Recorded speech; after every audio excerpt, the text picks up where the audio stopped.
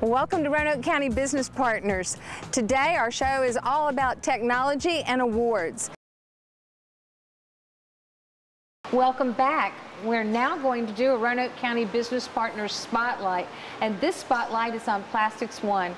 Plastics One has just gifted $100,000 to Virginia Western Community College to start the Plastics One Student Information Center.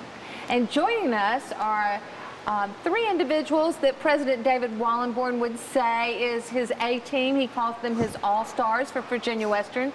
And let's start with you, Rebecca.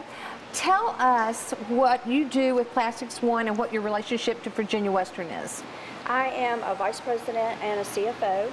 I graduated from Virginia Western with an associate's degree in business administration with accounting concentration, and then I transferred to Radford University and I got my bachelor's degree in accounting.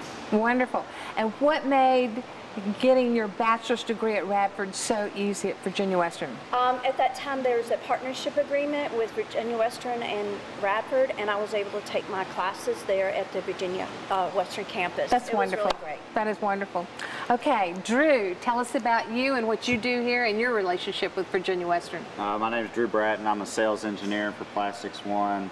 I went to Virginia Western from 2003 to 2005, achieving my mechanical engineering technology degree, and that helped me attain the job I currently have now.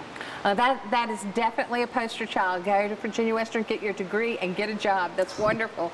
Okay, Will, let's hear from you. My name is Will Fortune. I went to Virginia Western from 2010 to 2015, received my mechatronics degree, and I was on the Baja team for 5 years, and all of that helped me to be a manufacturing engineer intern for Plastics One. Great. These are wonderful stories, and this is all so important about what Plastics One has done in taking a leadership role in the community, and we're very proud of Plastics One.